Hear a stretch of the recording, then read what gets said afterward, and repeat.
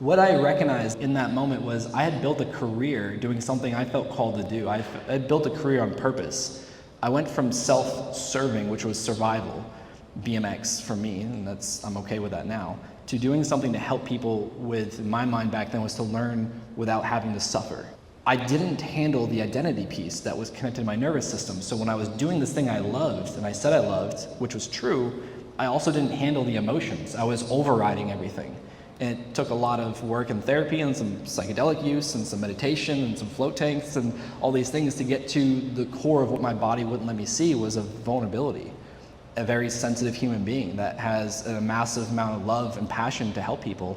And I wasn't able to access that, so I was going to the next thing, bowling, and then the next thing, golf, and then back and forth, and then I don't know what to pick because I didn't know who I was. And as I've learned who I was, oh, I'm not the story I tell myself about who I have to be or what I have to do because of what I'm afraid deep down, like knowing this, I'm afraid of what that means about me.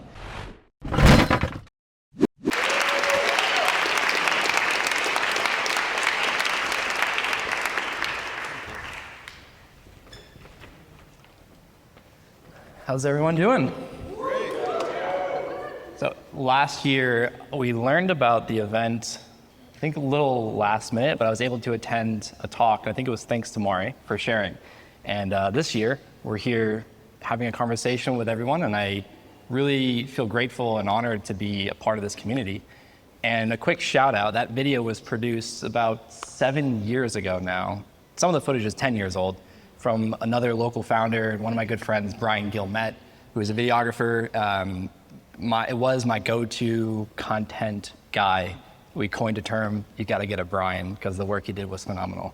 And that video, I think, brought us both a little bit of emotion watching it, maybe a little bit more for Jackie now that she's a expecting mother. Yeah. There's a lot of places people can be, so thank you guys for choosing to be here. We really appreciate it. Yeah. Let's get right into it. Let's start with the obvious. What is rewiring your mindset? I think there's two places to address in that question, rewiring and mindset. And if we go into the neuroscience just a little bit, we sorted out the enunciation of this. Hebb's law, Donald Hebb, in 1948 released a book explaining what became a neuroscience law, nerve cells that fire together, wire together. And so it's not something you just push a button and reset and like, oh, I have a new mindset all of a sudden. It takes a lot of work, a lot of attention, a lot of intentionality. And the mindset piece, that's also something I think is important to define, and that way we can have meaning and derive value from the words that we're speaking, because it's my assertion that words hold meaning and energy and information attached to them.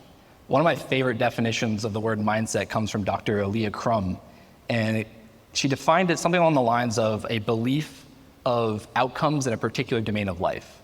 So essentially, this is what gets into Carol Dweck's work around fixed and growth mindset. It's a belief that something is going to go some way, that skills, knowledge, experience, talent are innate, or they can be learned, they can be harnessed. And people can see that you've definitely gone through some hardships by the video, but a lot is left out. You retiring from BMX, the loss of your brother, the loss of mentors. You are no stranger to adversity, and definitely no stranger to having to overcome some things in life. So could you pinpoint a moment that was one of the most impactful times where you consciously chose to rewire how you were thinking about something? Yeah, I think that would be the first brain tumor diagnosis in 2010. I was 21 and just getting ready for my next X Games, a dream come true. And I didn't know what I was doing.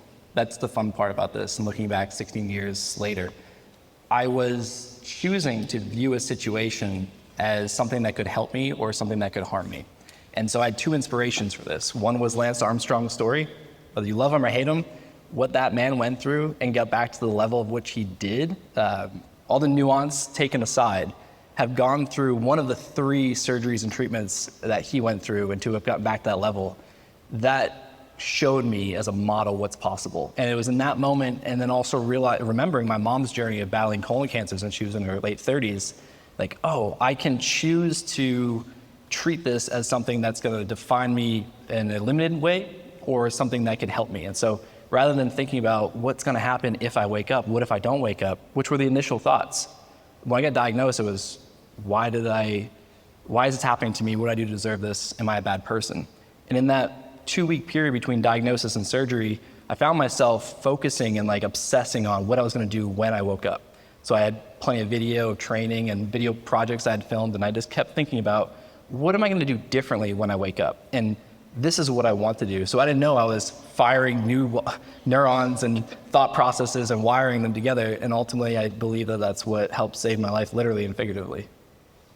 Yeah, and I'm sure you had a pretty strong mindset already, being 21 years old and a professional BMX athlete and doing that. So I'm sure you had a pretty solid foundation of where to start. But just to bring a little reality to the situation, from the time you got the diagnosis and you were thinking, why is this happening to me? Am I a bad person? To the point where you decided, I'm going to treat this like an injury, I'm going to overcome it, it's something I'm just going to get past, I'm going to come back better. Like, what was the time span between those two thought changes? I was diagnosed at the end of March 2010, and then my surgery was April 16th. So it was like kind of in between that period. And again, I wasn't aware of what I was doing, but it worked out well. Absolutely. And I'm sure anybody who's in this room who's starting something or is an entrepreneur, is a business owner, is a high performer, I have it myself. I was an athlete myself. The mindset of I have to work really hard to get the things that I want has probably gotten all of us some level of success. How do you convince a person that has reached a level of success that they're happy with, but maybe there's other areas of their life where they're feeling stuck or like something's missing? How do you convince that person or tell that person, like, oh, you have to change the way you think about things, or that idea of I have to bust my ass in order to get what I want might not be serving you anymore? Yeah, this is my life's work. This is what I'd say my business is an extension of my life and the things I've gone through and the way I've learned through suffering and pain and fear. And it works. It creates a level of force, and it creates a level of I'm going to prove, I'm going to show you. And I believe there's another way to do that, which I've fortunately been able to overcome a lot of shit in my life and to be here and be able to speak, to do what I want physically. So in terms of the question, how do I convince someone? Well, this is usually what I say that gets people to think is I don't. I'm not in the business of trying to convince people, persuade people, sell people on ideas. It's my objective to challenge people with a paradigm in which they unknowingly have adopted of how they view themselves in the world and what's possible.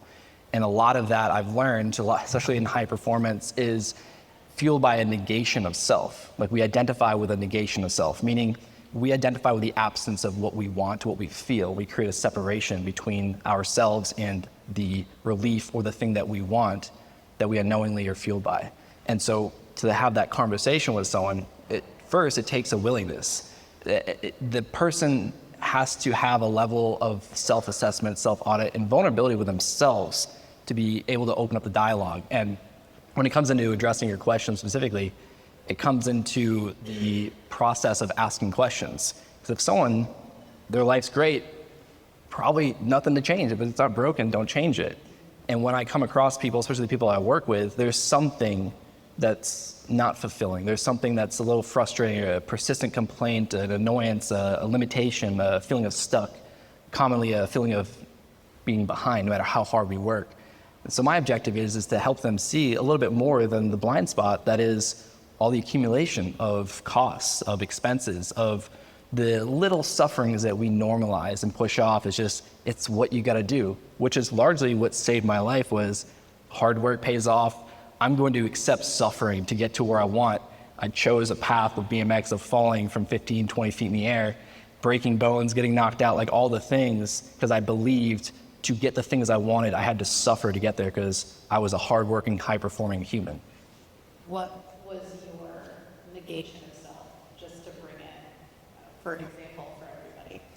Yeah, so to simplify this big abstract concept, what I discovered years later looking back, my negation self was I'm not good enough unless I do X. I won't be safe, I won't be successful unless I be this person, I do these things, I perform these roles, I achieve these outcomes. The interesting thing about that is it's not about the fear of the not, it's the meaning we apply to that feeling, that experience we feel in the body. What's really tricky about it is it's not even there. It's not that I'm not going to be successful, I'm not safe, I'm not worthy, I'm not all whatever. It's the shadow side, the darker side. So in my case, the I'm not good enough, I had tons of experience in my life telling me that. I was diagnosed with ADHD young, and I had the story that I was stupid.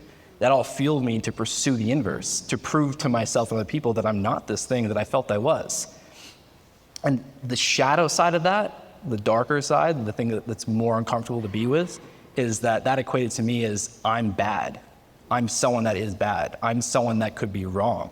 I am wrong. So I identified that with that in terms of trying to get the thing that I thought was going to give me relief from it, which the beliefs became just who I was. It wasn't even like I'm not good enough. It's just I am having to do the thing to be good enough. So if you're in a situation where it makes you work even harder, you want to prove that, you want to prove it to yourself, but maybe there's times where you find yourself where it's like, oh, I've achieved my goal, but now I'm going to sabotage that because I have this deep fear that I'm not good enough. Do you have a moment like that? Yeah, my debut at X Games.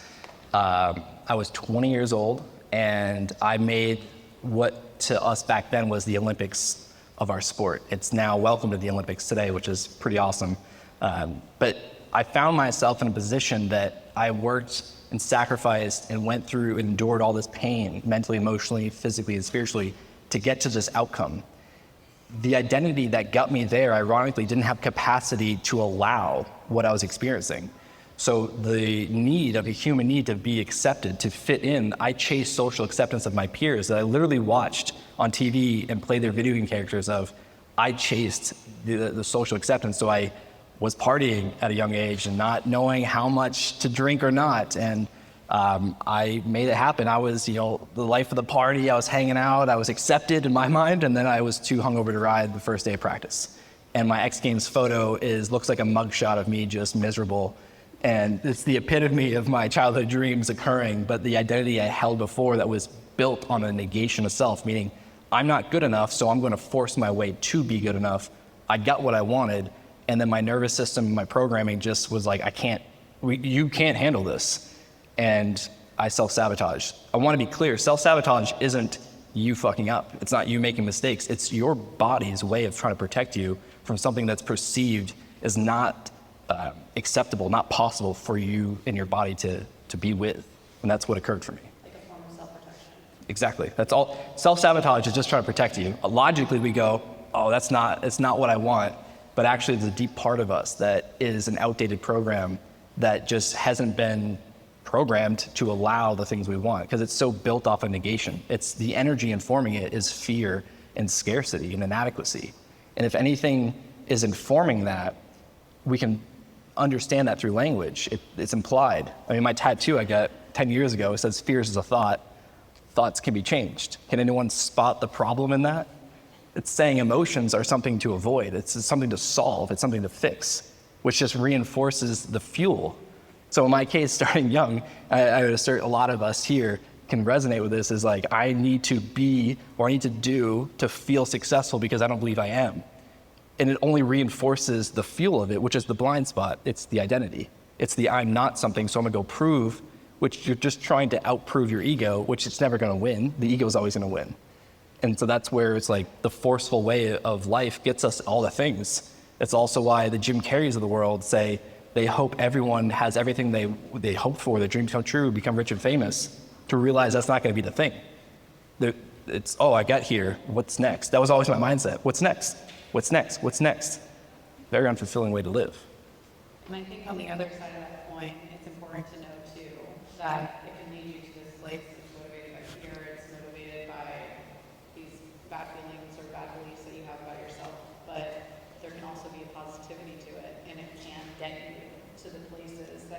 feet, and you can accomplish those goals you set out for with those beliefs. But then at a certain point in your life, it might not be serving you anymore. Yeah, everything we're talking about doesn't negate the positives, doesn't negate the strengths, doesn't negate. You and I literally wouldn't be here today having a child soon if it wasn't for all those identities that kept me safe and got me to where I wanted, that then was the crux of me realizing that's not who I am and it's not serving me. It doesn't negate all the things. What's important is the very nuanced conversation that's uncomfortable, and that's the conversation with yourself. Because if we consider the things we're doing, yeah, there's a lot of value that comes from it. Every strength casts a shadow. The important conversation is, what is that shadow casting? Or what is that strength casting as a shadow, and what's the expense of it? So it comes to a point in life where you know very well I got to, and I decided I'm gonna take BMX away from myself. I'm gonna figure out, who am I without BMX? Actually, who's Josh Perry? What is that concept? Largely inspired by Jim Carrey's journey. And I noticed right away a lot of resistance, a lot of the old identity needing all the things that I had. And I just, being me somehow, I'm trying to sort that out in therapy, it worked out well for me that I was like, I'm going to take that away.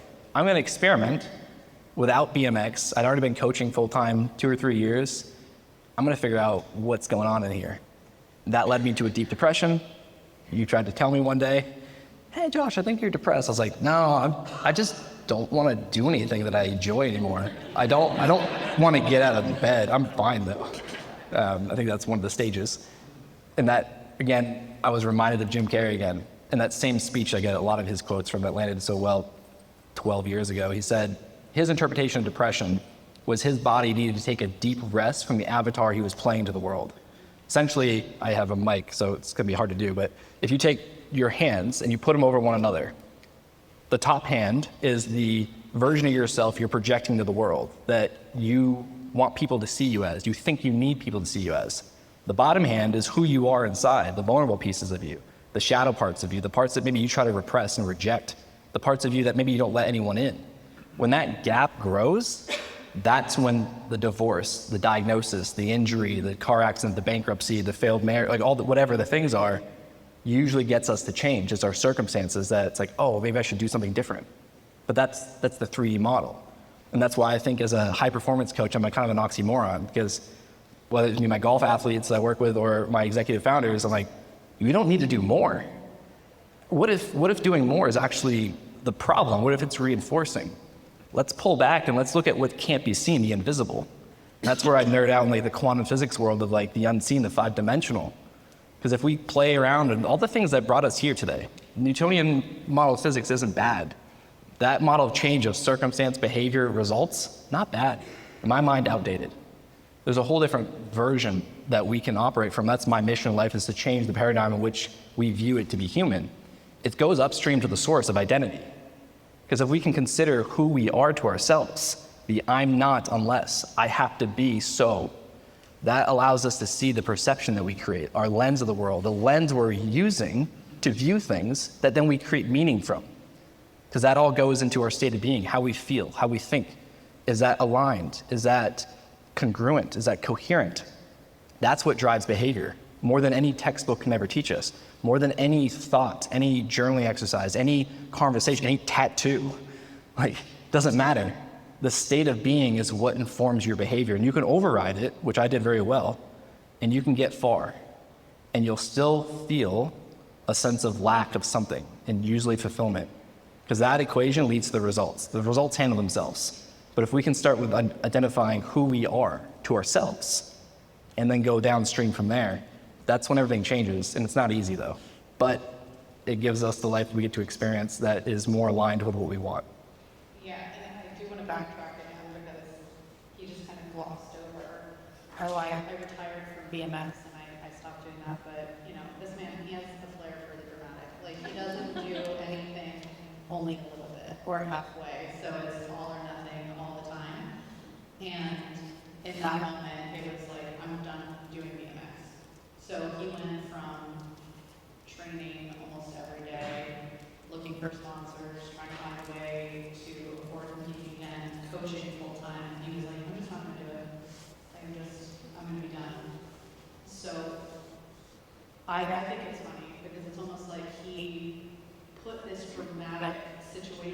on himself to kind of force himself into this rewiring, into this shift.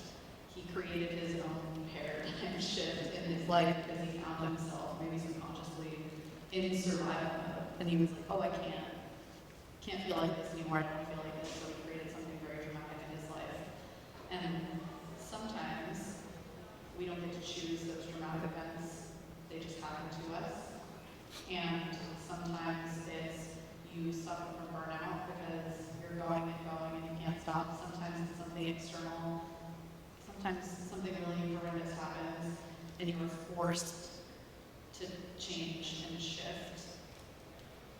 I think it would be helpful if you spoke a little bit more to survival mode and what that means and how people can identify it if they're currently in it. Because it can look different, right? It can look like I'm performing at my highest level, I'm achieving goals, I have all these things that I want, but there's still something missing. Or it can look like nothing that I'm doing is working. I can't push past this one boundary.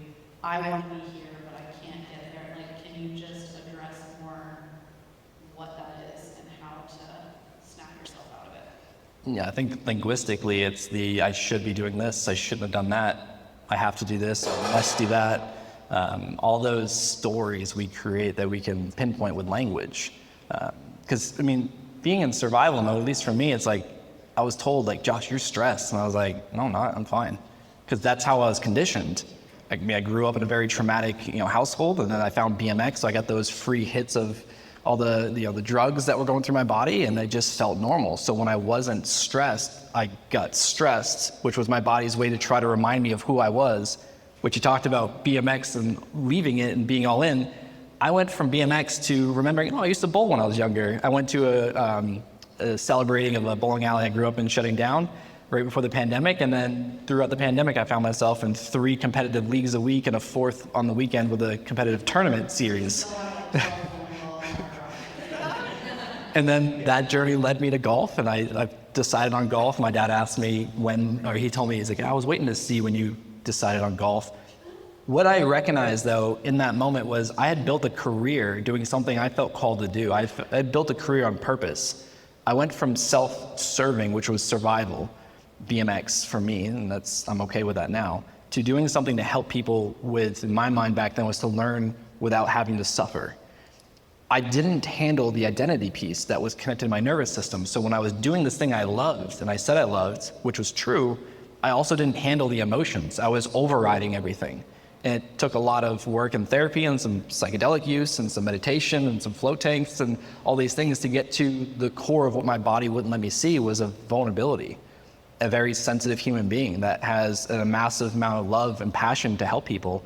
And I wasn't able to access that, so I was going to the next thing, bowling, and then the next thing, golf, and then back and forth, and I don't know what to pick because I didn't know who I was. And as I learned who I was, I'm not the story I tell myself about who I have to be or what I have to do because of what I'm afraid deep down, like knowing this, I'm afraid of what that means about me and what that means about us in our life.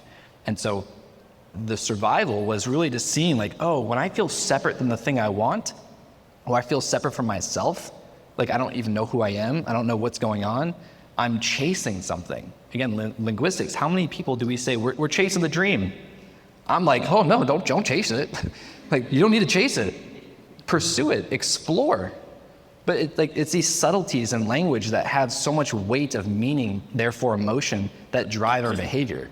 And so it's not always the easiest, which, I mean, that's why I'm not only a coach, I have coaches in my world. I'm committed to therapy.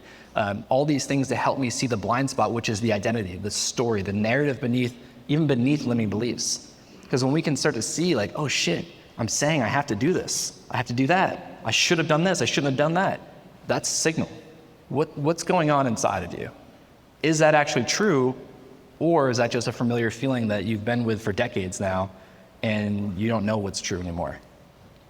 Yeah, and I think it's very easy to hear this and to hear how cerebral and abstract it all sounds. And there are a lot of options out there for behavior-centered change in order to make shifts in your business or your life and take these things into consideration, into account. You can apply this to your business and these systems, and it doesn't mean that those are bad or wrong. Like, those are all very helpful things. But I think it would be good to answer the question of where do you start with this like deeper work, with this rewiring, with this ultimate shift. I think that might be a good place to close out before we take some questions. Yeah, I think it's going to be different for everyone. So for me, I had 30-ish years of not feeling. I had retreated to my mind to intellectualize how I felt, to intellectualize what was going on. And it took a top-down approach for me to get in with my body.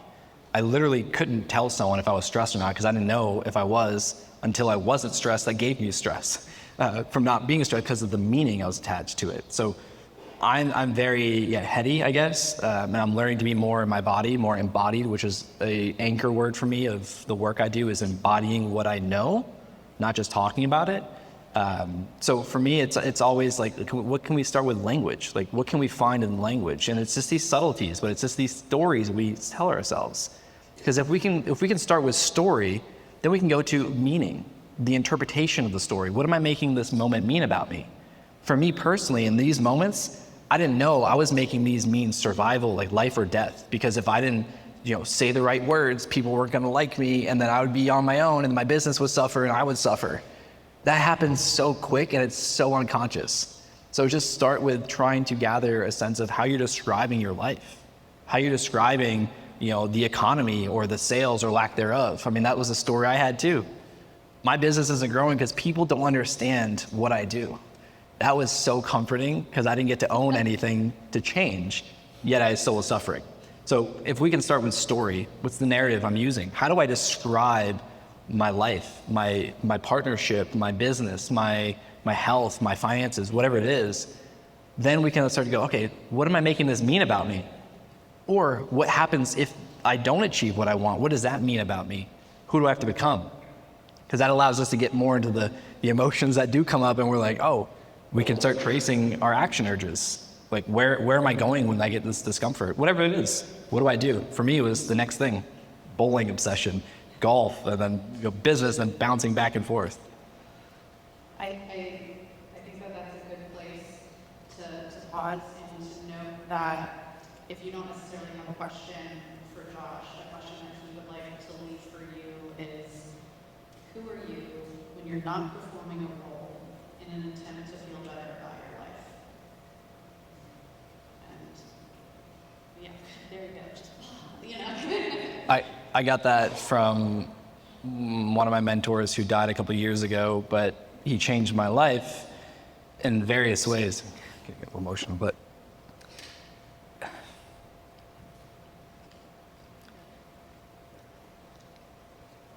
his videographer reached out to me in 2016 and asked me if I want to be on his podcast. And I was like, I don't even know who this person is. He's an Australian guy, says fuck a lot. All right. And I was like, oh, he's like Gary Vaynerchuk and Tony Robbins as a hybrid person with an accent from Australia. Cool. He's talking about business and scaling your business, and he's also talking about psychology and performance as an entrepreneur and all these things. And I was like, this is my guy. Amazing. And at this point, it was a year after Dave Mirra had died. And for people that aren't familiar with the name, he's like the Tony Hawk of skateboarding. Dave Mirra was that to BMX, is still that to BMX. He's the guy that I played the video game character of, that I watched on TV. I had magazine posters on my wall. He was my first mentor before I knew what a mentor was. And so Kerwin coming into my life made a lot of sense. And from there, I got to learn about this work he was doing and the things he shared with me. After that, flew out to Santa Monica to film a podcast with him in a hotel for like 2 hours and then left. And then a couple of years later, he invited me to his events. And something he always taught was, at the end of this framework of understanding yourself, he always said people often spend a lifetime ignoring or trying to run from who they think they are, their thoughts, their emotions, their feelings, and these roles that we play. And that just ironically creates more of the forceful energy to avoid it and the more of the dysfunction. And so he'd always close that section with asking them, who are you when no one's watching? Who are you when you're on your own? Who are you when you're not winning, when you're not growing the business, when you're not getting the reps in at the gym, when you're not making the calls? Like, who are you? Do you even know? And can you be with yourself? And now fast forwarding 10 years later, that's one of my obsessions, is figuring out who am I, who can I be, and can I be with either of those versions? And I think that that's an amazing paradigm shift in terms of understanding yourself, is that you're not the thoughts that you think you are. You're not the things you do. You're not your title. You're not even your name. Those are just identifications. And it'll change all the time. Yeah, anything that can change is not who you are. That's my assertion. I mean, I'm happy to talk more about that. But yeah, I think that sticking with that question can open up a lot. Yeah. All right. Does anybody have any questions?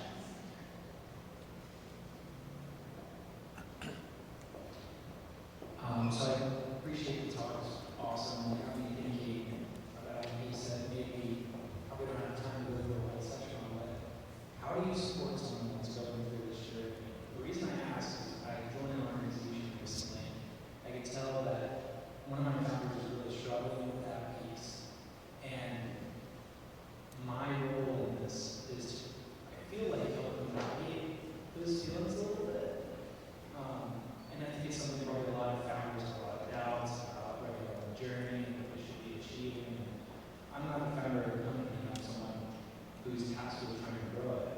So my question is, how do you kind of support someone from a professional perspective, since he's technically my boss and CEO, right? I'm thinking, how do I support him and still achieve our goals together? Because I can tell this is a peace time, his self-worth to the performance of the company, to the growing mission, and I can see that's a really fragile and vulnerable place. So yeah, I'm just curious, what are your thoughts on how to support someone like that? You may want to hang on to the mic. Can you give the mic back? We're gonna have a little dialogue. I would first start by asking, how does he occur to you? How does the moment occur to you? Like, what's your interpretation of him and the moment? Yeah, something you said like 2 minutes ago, I was nodding my head, I was like, that really happened yesterday. It was about kind of, people don't understand what we do, and that's why it's so challenging. And for me, I'm a director of business development, and I've seen him in situations, and he feels that people don't understand, but I think they're not given a chance to be so anxious about getting that out. He hasn't thought about, maybe he's so committed to the outcome he can't detach a little bit. And it's a challenging place to be. Because I'm thinking about things from a communication perspective and kind of reading the situation you're in and reading the room. There's massive value here, but I can't kind of get it across, so I think he's got to detach a little bit from outcomes. Maybe be more comfortable in a different kind of uncertainty, like once you lay it out on the table, maybe let the mic drop for a second. So how do you relate to all that? I think I've seen myself in that situation before, and I mean, in sales, it's very easy to maybe over-explain yourself. You get anxious, so you over-explain to the point where you think you're making this long case, and you're telling them all the features, and it should make sense to them, but it doesn't. And I've had to learn over time that, I mean, like I said, I think it's a propensity to just over-explain. It comes from anxiety, attached to that. That's the CEO. Yeah, but I'm saying I've seen myself in that, and I feel like maybe I've coached myself through it a little bit. But as someone younger than him, and maybe by extension of that, less experience, it's difficult for me to think of, I can't mentor him when I can be a business partner. I can maybe even be a friend eventually, but when I'm thinking about myself in this role and why I took it and why I took the opportunity, I mean, truthfully, I'm tied to outcomes. We have to live together, and we have to collaborate. And I think I have something to offer here for him. Yeah. For myself and for his. And if we can't connect, then maybe we won't achieve. So it's a question of how do I support him, and I guess also how I work through it for myself. Yeah. Yeah, so with the feeling of disconnected, is that correct? Yeah, think there's a bit of a disconnect between us, but I'm observing Mhm. that challenge he's having, feeling like I've went through it before. Maybe we just need to do therapy together. I mean, that always helps.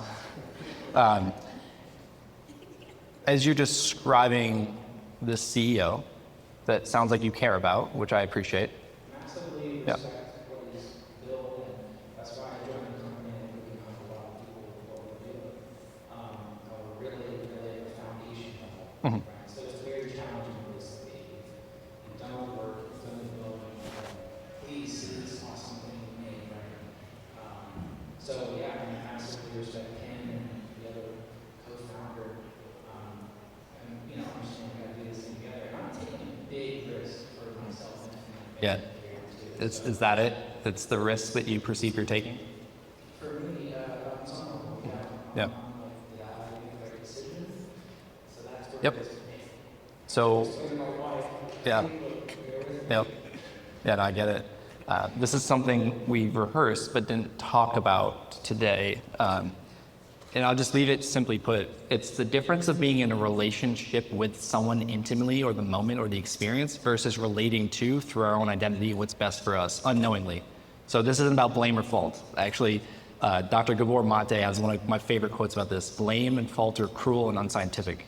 This is with all due love, respect, and compassion. Because it sounds like you really care about this person, you care about yourself and all the other components of your life. And to consider if your lens of this moment that you're describing and of the CEO, is it about you or is it about the person? There's nothing wrong with either one of them, so I want to make sure that's clear.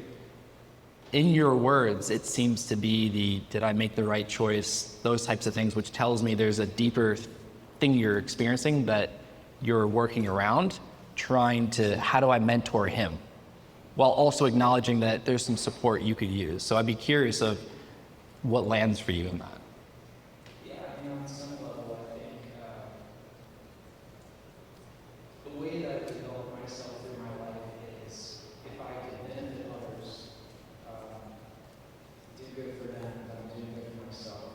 I've always found myself in that mentor advisor role with friends, family, acquaintances, feel like they can open up about something randomly. Like I've had a 2-hour conversation with someone on a plane and they gave me way too much info about their life, right? So I'm that kind of person. Just for the sake of time, because I feel like you and I could have a conversation. I'd be curious of what it would mean if you couldn't support him, if you couldn't mentor him, if you couldn't succeed at any of that. I'll leave you with the question, but what that would mean about yourself. And I think you've already kind of spoken around different components of the meeting. Yeah, I mean, thanks for that question. I think that for me, in this moment, there's a level of personal failure. If I can't get through him, Yep. I'm not. Yep. And so that's a feeling I hate. Yeah. I don't want to feel like I failed to help someone. So I don't want you to respond, but I want to leave you with this. What do I do when I experience all of that? No response, just consider that. And thank you for your courage to share. It's very vulnerable and I appreciate that. And I think everyone else can appreciate that as well. Next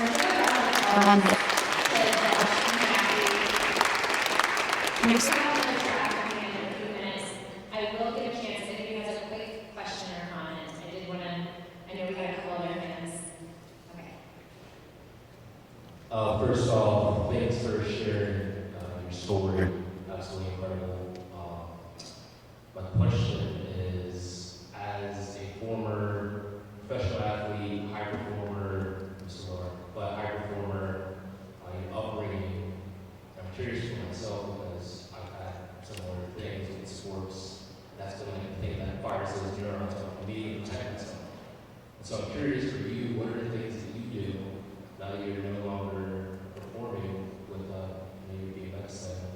What are things you do in your day-to-day to keep those neurons sort of firing? I'll give the TLDR and then just a brief summary to that. The game in which I pursue is just remembering the things I learned, remembering the innate essence of being human that is limitless, or that is limitless, not limited and not limitless, timeless, and boundless is what I'm trying to say. I just try to remember that, which is our childlike state. We're born into the world. There's no qualms. There's no nothing wrong. We're peeing on things, all the things, right? It's only learned behavior and words that we start to change that. So simply put, I just try to remember. The way in which I do that, I'm very fortunate that the work I do, I'm constantly being mirrored and reinforcing those firing and wiring of neurons. So I get to remember that way. And also my relationship with my wife, my friends I largely keep around me also share a similar view, even if they don't do the same thing I do professionally. They have a similar mindset, a similar approach to life. I meet with my therapist, Matt, every Friday. Now Wednesdays, thanks to Brian in the audience, wanted to golf Friday morning. So we had moved that, which my therapist golfs as well. So he's like, all right, we'll adjust. But it's a lot of introspection. It's a lot of catching the mindset and also choosing a mindset that is someone, I can be disciplined with my self-respect. I can be disciplined with my rest, my recovery, my compassion to myself. So it's just a game of remembering, and then all the little things I mentioned earlier that go into, maybe not on a daily basis, because I'm not eating psychedelics every day or floating in float tanks every day or all those things. Like, I'm not doing deep work every day, but I'm doing the little things that add up. So I'd say it's just about that long-term game. I will say there's like a big importance to the compassion he has for himself as well, because just because you learn these new things and you live your life differently doesn't mean you won't have bad days. And before it was him beating himself up over these bad days. I'm not doing the way I teach people, I'm not that. And now it's just he gives himself a lot more space now in those days too, and that's been tremendously helpful for him. Oh, I want to share one quick thing on that. A year ago, I had an epiphany moment attending a high-performance workshop that resonates a little bit with how I operate. My takeaway from that 2-day experience was, oh shit, I weaponize ownership against myself to feel like I'm in control of the things I don't want to happen in my life. So I took extreme ownership into the self-deprecating function. And so again, it's the shadow side, the dark side of things. Any skill, any strength casts a shadow and there's a blind spot. I was trying to feel control when I didn't feel control by taking ownership of everything that wasn't even mine. Trying to carry my wife's shit, trying to carry my family, like all the things. Because that's what a high performer did. And then I realized, oh, okay, that's not really helping. That's actually causing a lot more stress, which the old identity needed to prove itself to be right, of I can handle it. It's a different approach in life that I really enjoy pursuing. Thank you.